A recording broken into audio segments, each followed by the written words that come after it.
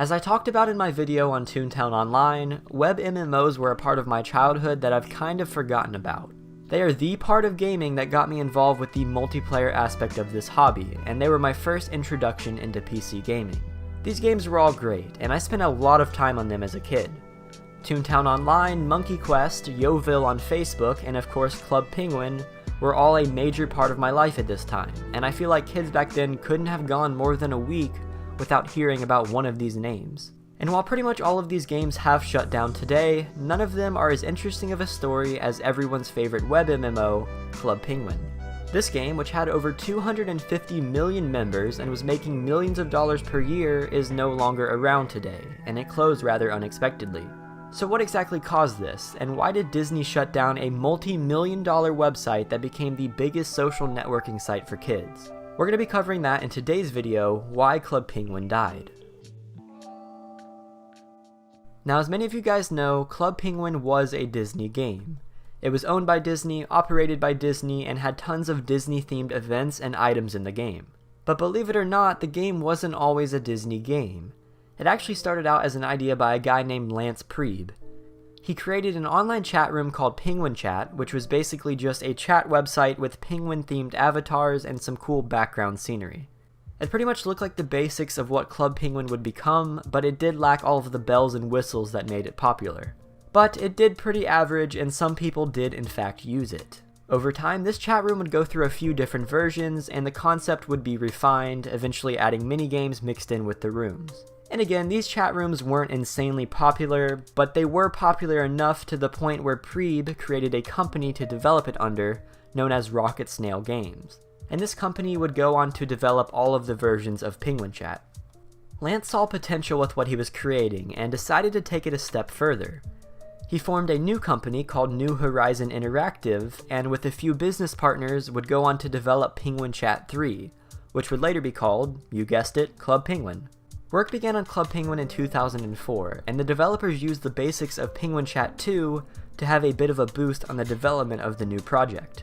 This project had no outside funding, and it was headed and funded directly by Lance himself, which I think is kind of the reason why it would have as much charm as it did. In mid-2005, enough work had been completed to where New Horizon could put up a beta test of the game. At the time of this beta, there were a few minigames. There was an unblock style minigame where you had to move a boat that was blocked in by ice in the fewest amount of moves possible. There was a Space Invaders type game called Icebergs, in which you had to shoot icebergs with your boat, and then of course there were obviously a few other games as well. Apparently these games were a lot of fun for the people testing this version of the game, and the beta testing did extremely well. I personally didn't know about it at this time, but I'm pretty sure if I did know about it, young Robocast would have tried it out for sure. I mean, heck, I probably didn't even know what a beta test was back then because I was literally still watching SpongeBob and Ed, Edd and Eddy 24/7 on TV, but I'm kind of getting off topic here. After the successful beta testing of Club Penguin, a party was held to celebrate all of the people who helped with this test. And on October 24th, 2005, Club Penguin was ready to launch to the public. It launched well, and by the end of the year in 2005, the website had around 15,000 members. Sounds like a pretty decent number, right? Well, not at all. According to a blog posted by the developers, in March of 2006, Club Penguin had grown all the way to 1.4 million users. But yeah, it grew from 15,000 members in the first few months to over 1.4 million the following year, which is an insane amount of growth considering that the game didn't even have any marketing. And Club Penguin wasn't even finished at this point. There was still a pointless dojo that you couldn't do anything with, and people had a ton of questions about how to play the game and about some of the aspects behind it.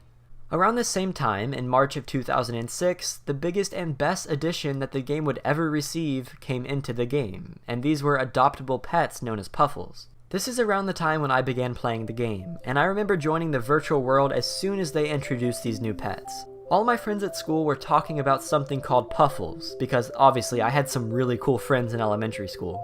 And assuming they were some kind of snack, I asked my friends how I can try them. They kinda laughed at me and hurt my feelings for the rest of my life, but the awkward conversation helped me to learn about Club Penguin.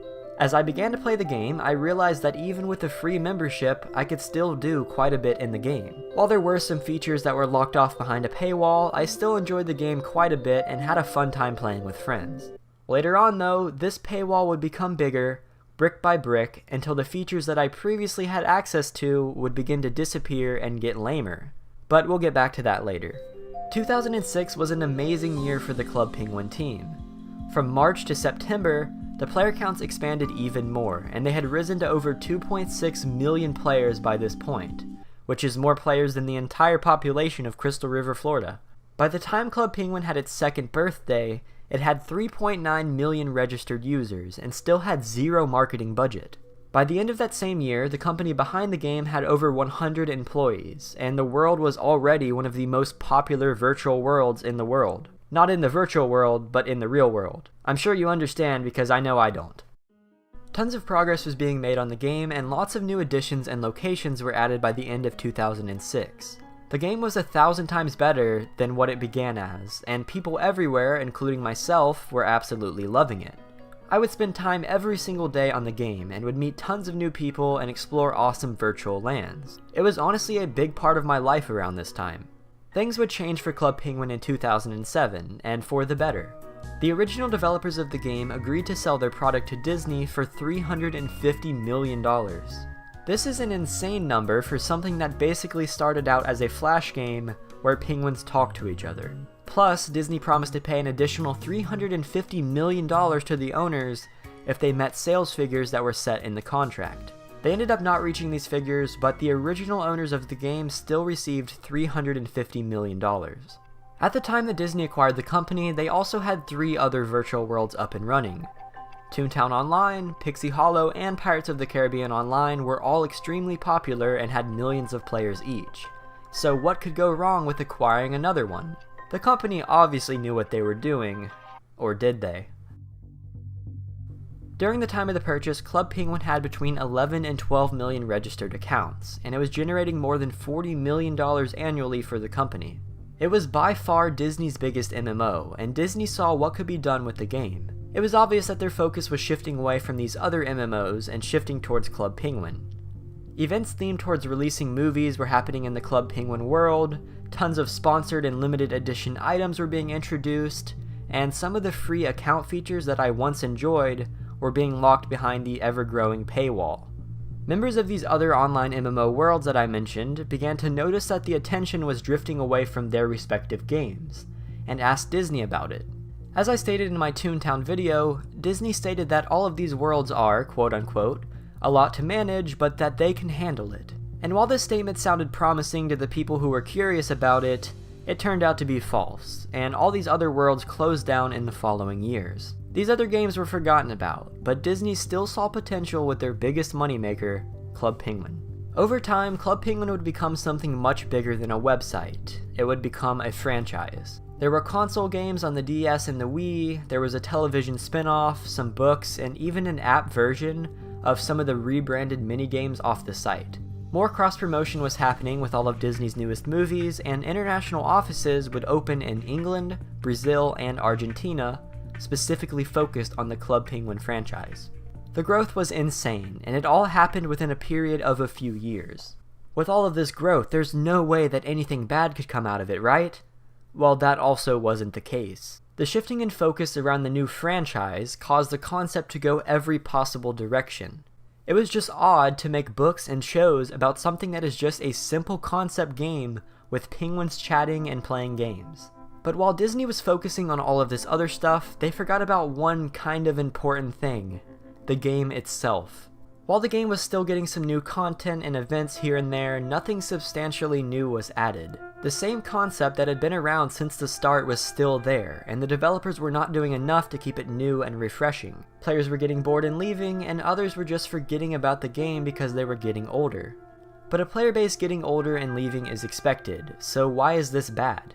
It's bad because Disney didn't do anything to attract new people to the game as the older ones were leaving. They were too busy focusing on selling everything else with the Club Penguin logo on it, and the main game became a bit stale. It still had quite a bit of players and was making a decent amount of money, so it definitely wasn't dead, but there's no denying that it was declining compared to a few years earlier. While the game was declining, Disney began work on a new mobile game called Club Penguin Island. More and more resources were shifting to this new game, and less focus was being put on Club Penguin itself. Players continued to leave and hardly any new ones joined, and the player counts began to decline rapidly. There were still some small events here and there, but overall the game continued to get boring.